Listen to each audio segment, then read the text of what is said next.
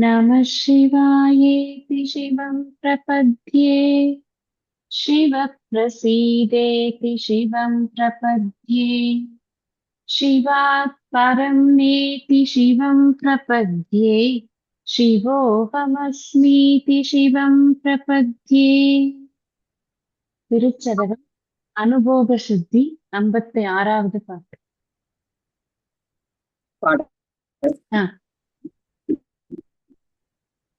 உடையானே நின்தனை உள்கி உள்ளம் உருகும் பெரும் காதல் உடையார் உடையாய் நின் பாதம் சேரக் கண்டு இங்கு ஊர் நாயின் கடையானே நெஞ்சு உருகாதேன் கல்லாமணத்தேன் கசியாதேன் முடையார் புழுக்கூடு இது காத்து இங்கு இருப்பது ஆக முடித்தாயே.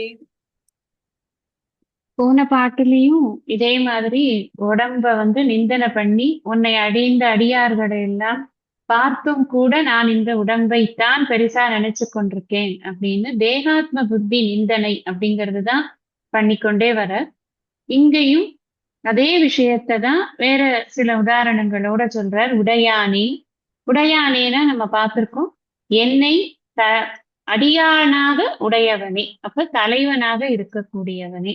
இந்த சரண்டரை காமிக்கிறார். உடையானே நிந்தனை உள்கி உள்ளம் உருகும் பெரும் காதல் உடையார்.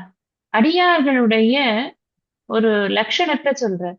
எப்படி அடியார்கள் இருப்பார்கள் அப்படின்னா, சிவபெருமானை பத்தி நினைக்கும் பொழுதே உள்கின்னா உள்ளத்துல அதை நினைக்கும் பொழுதே நினைச்சு நினைச்சு ஒரு தடவை நினைக்கிறது இல்ல, எப்ப பார்த்தாலும் நினைச்சு நினைச்சு நினைச்சு உள்ளம் உருகி பெரும் காதலுடையார். காதலாகி கசிந்து கண்ணீர் மல்கி அப்படின்னு பாடினாரே, அந்த மாதிரி பெரிய காதலை உடைய அந்த உடையார்கள், உடையார் உடையாய், அந்த மாதிரியான ஒரு அடியார்கள் எல்லாம் உனக்கு இருக்கிறார்கள். நின் பாதம் சேர கண்டு, அவர்களெல்லாம் உன்னுடைய பாதத்தை சேருவதை பார்த்து இங்கு ஊர் நாயின் கடை ஆனேன். ஊர் நாயின் கடை, ஊர்ல திரிஞ்சு கொண்டிருக்கக்கூடிய ஸ்ட்ரே டாக் அப்படி சொல்ற. ஏதோ ஒண்ணு வளர்க்குற நாயா இருந்தா கூட பரவாயில்ல, கொஞ்சம் இதா இருக்கும், ஒரு டிசிப்ளின் கொடுத்து வளர்த்திருப்பா, இந்த இடத்துல இரு அந்த இடத்துல இருக்காத அப்படின்னு. ஊர் நாயா இருக்கேன் நானு, ஊர் நாயின் கடையானேன், அதுலயும் கடைசி லெவல்ல இருக்கேன் நான். எந்த அளவுக்கு எனக்கு கொஞ்சம் கூட சம்ஸ்காரங்கிறதே இல்லாம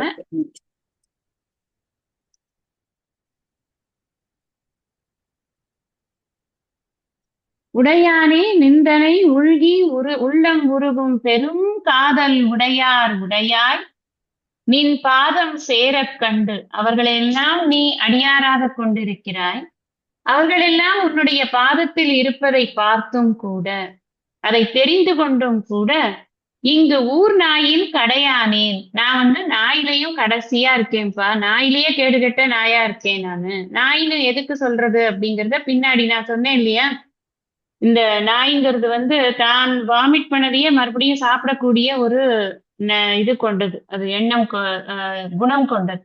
அந்த மாதிரி நாமளும் இந்த உடல் வேண்டாம்னு ஒரு சமயம் நினைக்கிறது, மறுபடியும் போய் இந்த உடலைத்தான் பெரிய விஷயமா நினைத்து கொண்டு அதுக்கான உபச்சாரங்களை நம்ம ஆரம்பிக்கிறது.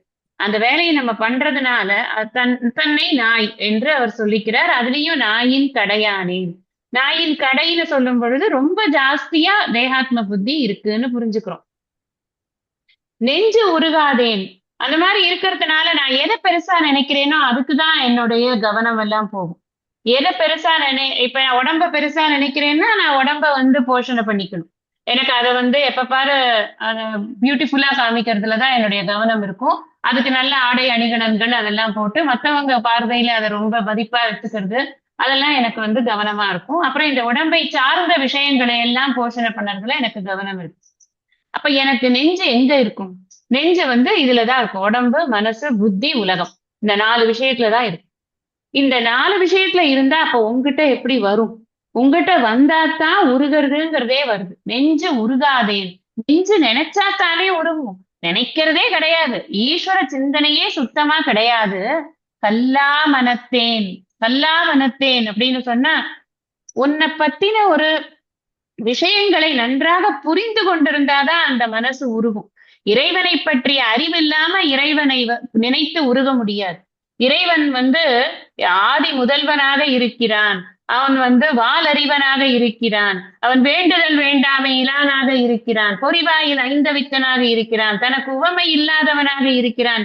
அற ஆழிய அந்தணனாக இருக்கிறான். இப்படியெல்லாம் அவனை பத்தி தெரிஞ்சாதான், ஓ இப்பேற்பட்ட இறைவனா அப்படின்னு நமக்கு வந்து ஒரு உருகும். இதெல்லாம் ஒண்ணும் கிடையாது. நான் கல்லா மனத்தேன், ஒண்ணும் படிக்கலப்பா உன்னை பத்தி எதுவும். நான் திருக்குறளும் படிக்கல, வேதத்திலயும் இருக்கிறதையும் ஒழுங்கா வந்து உள்வாங்கிக்கல, எதுவும் பண்ணல. கசியாதேன். அதனாலதான் எனக்கு கசியவே இல்லை. மனம் உருகினாத்தான் மனம் கசியும். அப்ப இந்த லட்சணங்கள் எதுக்கு இத்தனை வேர்ட்ஸ் போடணும்? நான் வந்து லாய்க்கு இல்லைங்கிற ஒரு வேர்டோட நிறுத்திக்கலாம். ஆனா ஏன் இவ்வளவு போடுறாருன்னா, முன்னாடி சொல்லியிருக்கிறத எல்லாத்தையும் இங்க கொண்டு வர்றார். முன்னாடி என்ன சொல்றார்? நிந்தனை உள்கி உள்ளம் உருகும் பெரும் காதல் உடையார். இத்தனை விஷயங்களும் எனக்கு இல்லைங்கிறத வேற வேற வேர்ட்ஸ்ல காமிக்கிறார். நிந்தனை உருகி உள் உருகாததுக்கு காரணம் என்ன? என் நெஞ்சு உருகாமல் இருப்பதால். அதற்கு காரணம் என்ன? நான் கல்லாமல் இருப்பதால். நான் கல்லாத மனத்தை கொண்டவனாக விஷயம் தெரியாதவனாக அறிவில்லாதவனாக இருக்கிறதுனால என் மனம் உள் உருக மாட்டேங்கிறது, கசிய மாட்டேங்கிறது. முடையார் புழுக்கூடு இது காத்து அப்படிங்கிற. முடை அப்படின்னு சொன்னா புலால் நாற்றம் அப்படின்னு அர்த்தம். புலால் அதாவது அந்த ஃப்ளஷ் வந்து கட் பண்ணி இந்த இதுக்கு அந்த மீட் ஷாப்ல எல்லாம் நம்ம அப்படி நடந்து போனா நமக்கு வந்து சாப்பிடாதவர்களுக்கு ஒரு துர்நாற்றம் ஏற்பட்டு அதுல வந்து ஒரு அருவருப்பு தன்மை நமக்கு ஏற்படும். சாப்பிட்றவங்களை பத்தி எனக்கு தெரியல. அவங்க அந்த நாற்றத்தோடயே வாங்குவாங்களா, இல்ல நாற்றமே அவர்களுக்கு தெரியாதா, இல்ல பழகி இருக்குமா, அந்த விஷயங்கள் நமக்கு தெரியல. இப்ப மீன் மார்க்கெட் போனா நம்மளால நிக்கவே முடியாது. ஏன்னா அந்த வாசனை பழகல மனசு. அதனால அந்த இடத்துல நிக்க முடியாது. அதுலயும் அது அழுகி போயிருந்ததுன்னா அங்க சாப்பிடுறவங்களாலேயே நிக்க முடியாது. அது இன்னும் ரொம்ப மோசமா இருக்கும். இங்க சொல்லக்கூடிய விஷயம் என்ன அப்படின்னா, அந்த அழுகின ஒரு ஃப்ளஷோட நாற்றம், புலால் நாற்றம், அதுதான் இருக்கு இந்த புழுக்கூடு அப்படிங்கிற. இதை என்ன குறிக்கிறது அப்படின்னா, இந்த பிராணங்கிறது போயிடுச்சுன்னா ஒரு 1 டே 2 டேஸ்க்கு மேல இத வந்து காப்பாத்த முடியாது. இந்த உடம்ப வந்து ஃப்ரீசர் பாக்ஸ்ல வச்சா கூட இந்த ஃப்ரீசர் பாக்ஸ மீறி நாத்தம் எடுத்துரும். 2 டேஸ்லாம் அதை வச்சுக்கிறதுங்கிறது முடியவே முடியாது. அதுக்கப்புறம் அதை வந்து புதைச்சா கூட அதுக்கு ஒரு 7 நாள் கழிச்சு அதை எடுத்து ஏதாவது போஸ்ட்மார்ட்டம்னு எடுத்தான்னா அந்த பக்கத்திலேயே போக முடியாத அளவுக்கு அது மகா நாற்றமா இருக்கும். புழுக்கள் வச்சிருக்கும். இந்த உடம்பு யாருக்கு இரையா போறதுன்னா புழுக்களுக்கு இரையா போறது. சரி, உயிரோட இருக்கிறச்சே யாருதான் இருக்கான்னா இதுக்குள்ள இருக்கிறதும் நிறைய புழுக்களாகத்தான் இருக்கு. நம்ம வயிற்றுக்குள்ள நிறைய இருக்கு. எல்லா மைக்ரோ ஆர்கானிசம்ஸ் தான் இந்த உடம்புக்குள்ள நிறைய இருக்கு. அப்ப இது என்னது இது அப்படின்னா, இது ஒரு புழுக்கூடு. இதையா வந்து ஆஹா நான் வந்து இவ்வளவு அழகா இருக்கேன், நான் இவ்வளவு சிவப்பா இருக்கேன், நான் இவ்வளவு கண்ணெல்லாம் எனக்கு வந்து இது மாதிரி தாமரை மாதிரி இருக்கு, எனக்கு மூக்கு அப்படியே வந்து இது மாதிரி இருக்கு, ஸ்ட்ரெயிட் நோஸ், எனக்கு எனக்கு கோவை செவ்வாய் இருக்கு, அப்படி இப்படின்னு என்ன பீத்திக்கிறதுக்கு என்ன இருக்கு அப்படிங்கிற ஒரு வெறுப்பு இந்த உடம்பு மேல நமக்கு அழகா இருக்கோ அழகா இல்லையோ அதுல வந்தே ஆகணுங்கிறதுக்காக இத்தனை வார்த்தைகள், ரொம்ப ஸ்ட்ராங்கான வார்த்தைகள் போடுற.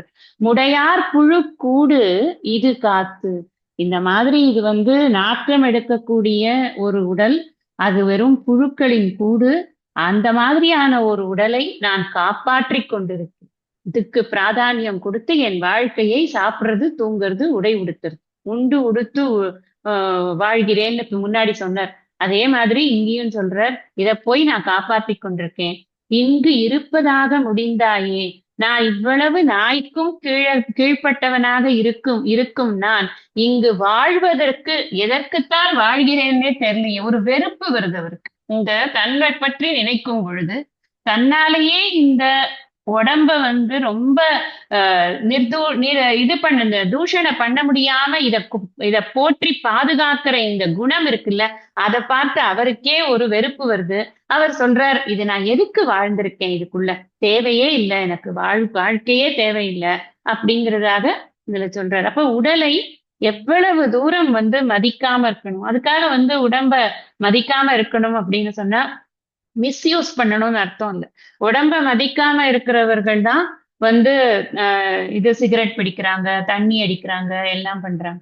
அப்ப அது வந்து உடம்ப மிஸ்யூஸ் பண்றது, அப்யூஸ் பண்றது, நமக்கு கொடுத்திருக்கிற ஒரு ஒரு டூலை வந்து அப்யூஸ் பண்றது. இவர் அப்படி சொல்லல. இவர் என்ன சொல்றாருன்னா, இந்த உடம்போட பர்பஸ் பின்னாடி சொல்ல போறாரு. அதைத்தான், இந்த உடம்போட பர்பஸ் என்னவோ நான் அதுக்கு யூஸ் பண்ணலப்பா. பர்பஸ் இல்லாம வேற ஒண்ணுத்துக்கு யூஸ் பண்றதுனால இது வந்து ஒரு நாற்றம் பிடித்த புழுக்கூடு. அதுதான் நான் இத சொல்ல முடியும். ஏன்னா இது மிஸ்யூஸ் ஆயிட்டு இருக்கு இந்த விதத்துல அப்படின்னு சொல்றாரு இவர். மேற்கொண்டு அடுத்த இதுல பார்க்கலாம். அடுத்த பாடல் பார்க்கலாம். முடித்த ஆறும் என் தனக்கே தக்கதே முன்னடியாரை பிடித்த ஆறும் சோராமல் சோரனேன் இங்கு ஒருத்தி வாய் துடித்த ஆறும் துகில் இறையே சோர்ந்த ஆர்வம் குருவே உடைய ஆறும்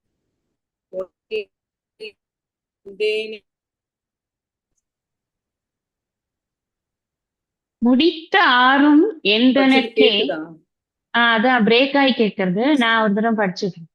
முடித்த ஆறும் எந்தனக்கே தக்கதே முன் அடியாரை பிடித்த ஆறும் சோராமல் சோரனேன் இங்கு ஒருத்திவாய் துடித்த ஆறும் துகில் இறையே சோர்ந்த ஆறும் முகம் குருவேர் பொடித்த ஆறும் இவை உணர்ந்து கேடு எந்தனக்கே சூழ்ந்தேனே. என்ன இந்த வேகாத்ம புத்தியினால வர பிரச்சனை, அதத்தான் வந்து சொல்றது. முடித்த ஆறும் எந்தனக்கே, முடித்த ஆறும் எந்தனக்கே தக்கதே முன் அடியாரை. நீ இந்த ஒரு செகண்ட்,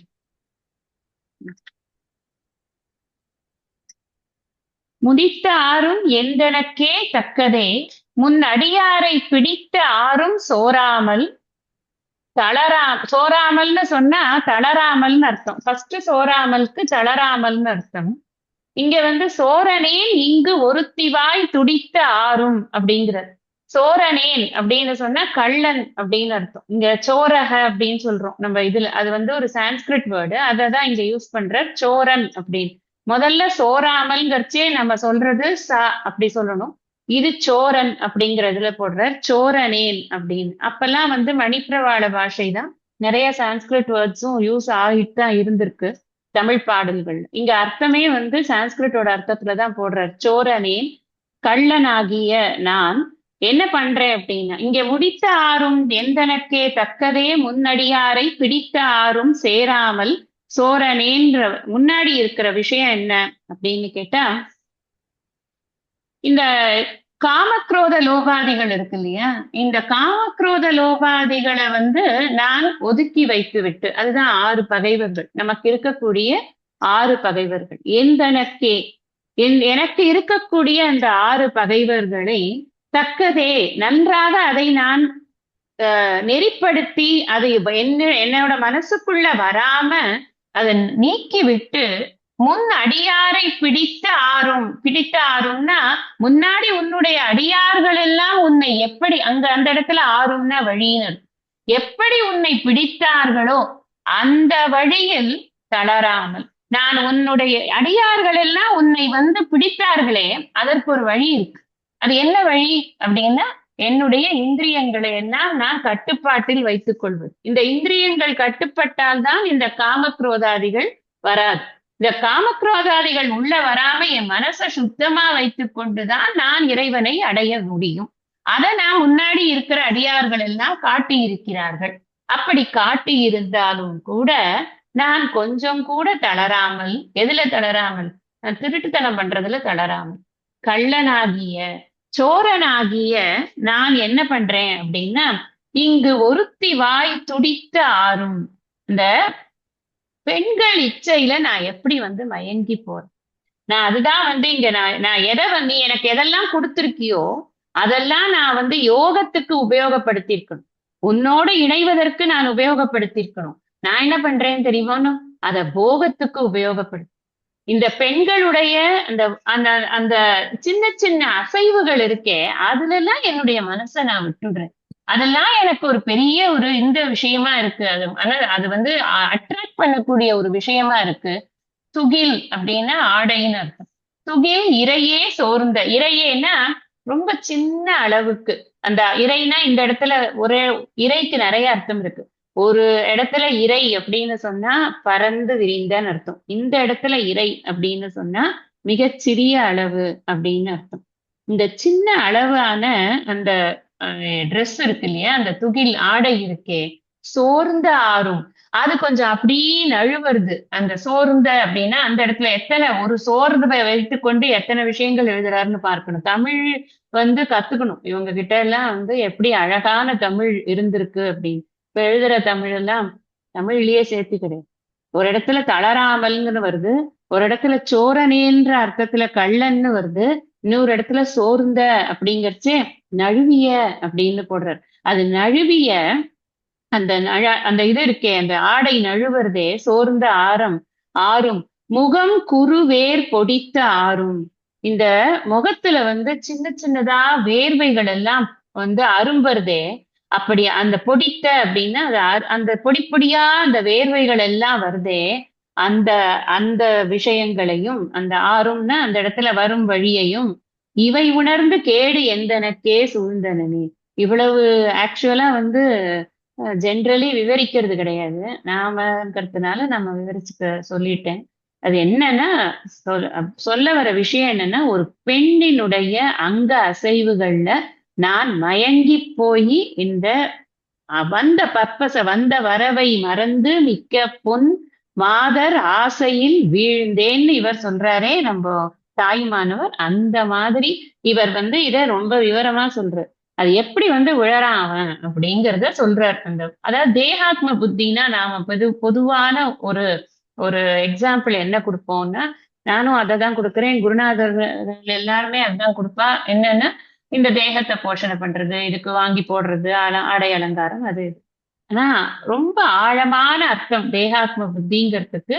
இன்னொரு தேகத்துல ஈடுபடுற அந்த இது இருக்கே, சுகம் இருக்கே, அந்த சுகத்துக்கு நாடுறதுதான் இந்த மனசோட பெரிய ப்ராப்ளமே. போன கிளாஸ்லயே சொன்னேன், இந்த சரீரத்தினுடைய சம்பந்தத்தினால ஏற்படக்கூடிய ஒரு இந்த டச்னால வரக்கூடிய பிரச்சனைகள் மனசுல வாசனையாக ரொம்ப நாளைக்கு இருக்கும். அதத்தான் இவர் ரொம்ப விவரிக்கிறார் இங்க.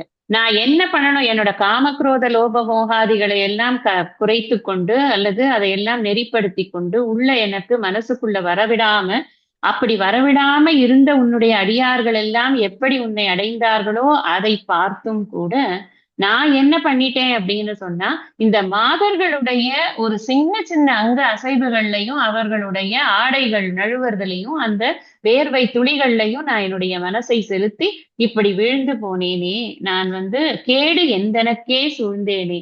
தன்னைத்தான் அவர் நொந்துக்கிறார். என்னோட மைண்ட் இவ்வளவு ஸ்பாயில் ஆயிட்டேப்பா, இவ்வளவு பெரிய பொருள் இருக்க நீ என்னை தடுத்தாட்கொண்டிருக்கிறாய். ஆனா இந்த மனசு அப்ப இதுல இருந்து நமக்கு ஒரு விஷயம் நல்லா தெரியறது. எந்த ஸ்டேஜ்லயுமே நழுவும் மைண்ட், எந்த ஸ்டேஜ்ல வேணாலும் நழுவும் அப்படிங்கிறது நமக்கு தெரியுது. அடுத்தது படிக்கலாம்.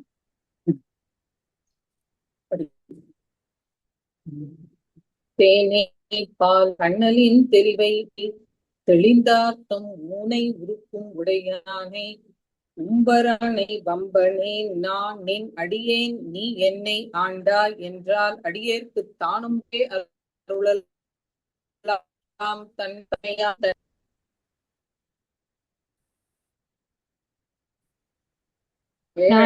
நான் படிக்கிறேன் ஒரு தடவை. அது ரொம்ப பிரேக் ஆகுது உங்களோட வாய்ஸ். என் வாய்ஸ் உங்களுக்கு கேட்கறது இல்லையா? நான் வேற இடத்துக்கு மூவ் பண்ணி பாக்குறேன். உங்களோட வாய்ஸ் கேக்குறது, நடுப்புற உங்களோட வாய்ஸ் வராம இருக்குது. நான் இப்போ வேற படிச்சிடணும். தேனை பாலை கண்ணலின் தெளிவை ஒளியை தெளிந்தார்த்தம் ஊனை உருக்கும் உடையானை உம்பரானை வம்பனேன் நான் நின் அடியேன் நீ என்னை ஆண்டாய் என்றால் அடியேற்கு தானும் சிறுத்தே அருளலாம் தன்மையாம் என் தன்மையே.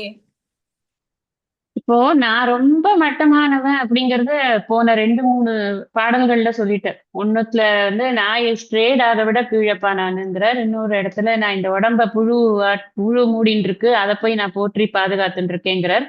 இந்த இப்ப போன இதுல பெண்களுக்கு பின்னாடி அலைந்து கொண்டிருக்கக்கூடிய ஒரு ஒரு மனமா இருக்குங்கிறது. இங்க அந்த கழிவிரக்கத்தோடையே இறைவனை அணுகும் பொழுது அது மனசு எப்படி இருக்கு அப்படின்னு எல்லாம் மனசனுடைய ஒரு இது பிரபாவம் தான் இது எல்லாமே. இப்போ முதல்ல கூப்பிடுறது எப்படி கூப்பிடுற இறைவனை இவருக்கு இறைவன் மேல இருக்கிற பக்தி எல்லாம் அதேதான் இருக்கு. இந்த உடம்பு மனசு புத்தியை தான் விட முடியலையே தவிர்த்து நல்லவனாத்தான் நான் இருக்கேங்கிறத காமிக்கிறதுக்கு முதல்ல சொல்லிடுறாரு. தேனை பாலை கண்ணலின் தெளியை ஒளியை தெளிந்தார்தம் ஊனை உருக்கும் உடையானை. இந்த தேனை பாலை இதெல்லாம் வந்து அவரை அட்ரஸ் பண்றக்கூடிய, அதாவது உன்னை தேனாக பாலாக, கண்ணல்னா கரும்பினுடைய ஒரு சாராக, கரும்பு சாராக, தெளிவாக இருக்கக்கூடிய ஒளியாக, ஒளியை தெளிந்தார்தம், அது யார் நன்றாக அப்படி அறிந்திருக்கிறார்களோ அவர்களுடைய, யார் நன்றாக அறிந்திருக்கிறார்களோ அவர்களுடைய ஊனை உருக்கும் உடையானை. நீ யாரு தெரியுமா? உன்னை நல்லா புரிஞ்சிருக்காங்கன்னு வச்சுக்கோயேன், அவர்களோட ஊனை வந்து உருக்கக்கூடியவனாக இருக்கிறாய். அப்படி நெஞ்சு குறுக உன்னை வந்து அறியக்கூடியவர்களாக இருக்கிறார்கள். உம்பரானை, உம்பரானைனா ரொம்ப மேலாக, உம்பர்னா மேல் லோகத்துல இருக்கிறவர்கள் அர்த்தம் இருக்கு இல்லையா? அந்த உம்பர்ங்கிற வார்த்தையை யூஸ் பண்ணி சுவாமிய சொல்ற. உம்பரானை அதாவது மேலாக இருக்கக்கூடியவனை, எல்லோருக்கும் மேலாக இருக்கக்கூடியவனை நான் என்ன பண்றேன்ப்பா? வம்பனேன்னு சொன்னா இங்க வீணா போன நானு அப்படிங்கிற நம்ம வம்பு பேசாதன்னு சொல்லுவோம். ஏன் சொல்லுவோம்னா டைம் வேஸ்ட் ஆகுது, அதனால வம்பு பேசாதன்னு சொல்லுவோம். வம்புங்கிறதே என்ன அர்த்தம்? யூஸ்லெஸ் ஒர்க் தான் வம்பு. அப்ப யூஸ்லெஸ் பர்சனா நான் இருக்கேன், வீணா போனவனா நான் இருக்கேன். ஏன் அப்படின்னா, நான் வெம்பனேன், நான் நின் அடியேன். நான் வந்து உன்னுடைய அடியார்கள் எல்லாம் உன்னை எப்படி தெரியுமா புரிஞ்சு கொண்டிருக்கிறார்கள்? நீ தேனு பாலு, நீ கரும்பு, நீ தெளிவானவன், நீ ஒளிமிக்கவன் அப்படின்னு உன்னை புரிஞ்சு கொண்டு உன்னை அணுகுகிறார்கள். ஆனா நான் என்ன பண்றேன்னா, நீதான் என்னை ஆண்டிருக்கிறாய், அதனால நான் உனக்கு அடிமை அப்படின்னு நானும் வந்து அந்த கோஷ்டியில சேர்ந்துக்கிறேன். டமால்னு வந்து எனக்கு அதுக்கெல்லாம் வர்த்து இருக்கோ இல்லையோ, நான் வந்து அப்படி நிக்கிறேன். நீ என்ன பண்ற தெரியுமா? நான் அந்த மாதிரி சொல்லும் பொழுது நீ என்னை ஆண்டாய் அப்படின்னு. ஏன்னா ஒவ்வொரு பாட்டுலயும் என்ன சொல்றார்? தேடி நீ என்னை பணி கொண்டாய் அப்படின்னாரு முன்னாடி. தேடி நீ என்னை பணி கொண்டாய் அப்படிங்கிற போது நான் போயிட்டே இருந்தேன், நீதான் வந்து கூப்பிட்ட அப்படின்னு சொல்லும் போது பெருமையாத்தான் இருக்கு. இறைவன் என்னை ஆட்கொண்டார்னு சொல்லும் போது பெருமையாத்தான் இருக்கு. ஆனா அதை இறைவன் வந்து ரெக்கக்னைஸ் பண்றாரா அப்படிங்கறத இந்த இடத்துல வந்து காமிக்கிறார். என்ன நீ பண்ற தெரியுமா? நான் அந்த மாதிரி சொல்லும் பொழுது நீ என்னை ஆண்டாய் என்றால் அடியேற்கு தானும் சிரித்தே.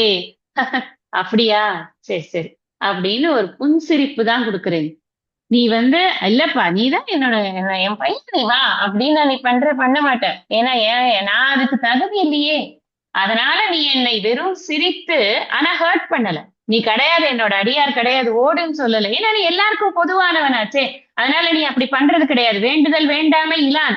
ஆனா நான் தகுதி ஆகல. இங்க ரொம்ப சட்டுலா ஒரு விஷயம் சொல்றார். இறைவன் சிரித்தே அப்படின்னு சொல்லும் பொழுது அவர் வெறுக்கல, அவர் அதே சமயத்துல அங்கீகரிக்கவும் இல்லை. ஏன்னா நான் இன்னும் ரெடி ஆகல. எவ்வளவு சட்டிலான விஷயம் அது. நான் ரெடியாகாத போது, என்னை அங்கீகரிக்க முடியாத போது கூட என்னை அவர் காயப்படுத்தவே இல்லை. அதுதான் அந்த வேண்டுதல் வேண்டாமை நான் அப்படின்னு சொல்லக்கூடிய அந்த தன்மைங்கிறது. அதுதான் இங்க சொல்றார். அடியேற்கு தானும் சிரித்தே அருளலாம் தன்மை ஆம் என் தன்மையே. அப்பா நீ இந்த மாதிரி பண்றியே, இது எப்பேற்பட்டது. இப்ப நான் ஆக்சுவலா உனக்கு அடிமைன்னு சொல்றதுக்கு, உனக்கு அடியவன்னு சொல்றதுக்கு எனக்கு தகுதி இல்ல. ஆனா நீ அந்த தகுதியின்மையை கூட நீ வந்து ஒரு குறையாக சொல்லாமல் ஒரு சிரிப்போட அதை ஏற்றுக்கொள்கிறாய். வெறும் சிரித்தேங்கிற ஒரு வார்த்தையில இத்தனை விஷயங்களை அவர் வந்து உள்ள வச்சுட்டாரு. யார் இப்ப ஒரு பெரிய ஆள்கிட்ட போய் நம்ம ஏதோ சொல்றோம்னா அவங்க கிட்டேந்து வர ஜெஸ்டர்லயே நிறைய அர்த்தங்கள் இருக்கு இல்லையா? இப்ப போட்டுட்டே இருக்காளே, நமக்கு டிவியை ஆன் பண்ணா அவர் இப்படி திரும்பினார், அப்படி திரும்பினார், அங்க சிரித்தார், அதனால அதுக்கு அதான் அர்த்தம் அப்படின்னு எவ்வளவு சொல்றாங்க. அதாவது ரொம்ப பெரியவங்க கிட்ட வார்த்தைகள் தேவையில்லை, ஜெஸ்டர்ஸ்லயே நிறைய விஷயங்களை உணர்த்திடுவாங்க. இங்க சுவாமி சொல்ற, மாணிக்கவாசகர் சொல்றார், சுவாமி ஜஸ்ட் சிரிக்கிறார், அவ்வளவுதான். எப்ப சிரிக்கிறார்னா, நான் உன்னுடைய அடியார்னு சொல்லும் போது நீ சிரிக்கிற, நீ அக்செப்ட் பண்ணல, நீ சிரிக்கிற. அப்ப நான் இன்னும் தகுதி ஆகாம நான் உன்னுடைய அடியார்னு சொல்றது கூட சரிதானான்னு எனக்கு தெரியல. அதுதான் இப்ப அவருடைய இது. ஏன்னா இவர் எந்த பாதையில பண்ணிட்டு இருக்காரு? இப்ப அனுபவ சுத்தியே முடிய போறது. அனுபவ சுத்தியில இவருடைய எய்ம் என்ன? எனக்கு இறைவனை மனதில் நன்றாக உணர வேண்டும். அதுக்காக வேண்டிதான் மனசை படுத்தலையேன்னு சொல்லிட்டே இருக்கார். இந்த நெஞ்சத்தை தான் அவர் அட்ரஸ் பண்ணிட்டே இருக்கார். இங்க இந்த ஸ்டேஜ்ல கூட நான் இன்னும் இவ்வளவு மோசமா இருக்கும்போது கூட நீ என்ன வெறுத்து ஒதுக்கல, நீ சிரிச்சு என்ன அங்கீகரிச்சிருக்க அப்படின்ற ஒரு சந்தோஷத்தை அவர் காட்டுறார். அதாவது இறைவனுக்கு அருளுக்கு ஒருத்தர் வந்து பாத்திரமாறாங்களா பாத்திரமாகலையா அப்படிங்கிறது அவர்களுடைய அந்த சிவஞான போதமானது எந்த அளவுக்கு உள்ள போயிருக்குங்கிறது அவங்களுடைய ஆக்டிவிட்டீஸ்ல இருந்து தான் வெளியில வரும். அந்த ஆக்டிவிட்டீஸ் இவ்வளவு மோசமா எனக்கு இருக்குங்கிறதெல்லாம் ரெஜிஸ்டர் பண்ணிட்டு இப்போ உன்னை உன்னை ரொம்ப வந்து நன்றாக புரிந்து கொண்டவர்களுடைய ஆக்டிவிட்டீஸ் எப்படி இருக்குங்கிறது தெரிஞ்சும் கூட அவர்களுக்கு இடையில நான் கூட உங்க தொண்டன் தான் அப்படின்னு சொல்லும் பொழுது நீ சிரிச்சு அங்கீகரிச்சுட்டப்பா. நான் இனிமே என்னன்னா என்னுடைய வேலை அதுக்கு நான் தயாராயிக்கணும். என் மனசை வந்து நான் பக்குவப்படுத்தி இந்த தேகாத்ம புத்தியில இருந்து வெளியில வந்து உண்மையான தொண்டனாக நான் ஆவதற்கு இந்த சிரிப்பு ஒரு தூண்டுகோலாக இருக்கும் அப்படின்னு நாம புரிஞ்சுக்கணும். இது இந்த அளவுல நாம இன்னைக்கு சத்சங்கத்தை நிறைவு பண்ணலாம். ஓகே, சரி. நாளைக்கு புதன்கிழமை. நாளைக்கு இல்ல, நம்ம தேர்ஸ்டே அன்னைக்கு. Thursday. மூர்த்தி எல்லாம் வாழி எங்கள் மோன குரு வாழி அருள் வார்த்தை என்றும் வாழி அன்பர் வாழி பராபரமே. ஓம் சாந்தி சாந்தி சாந்தி. ஹரி ஓம். தென்னாட்டீஸ்வரி போற்றி, நாட்டவர்க்கும் இறைவா போற்றி. திருச்சிற்றம்பலம். திருச்சிற்றம்பலம்.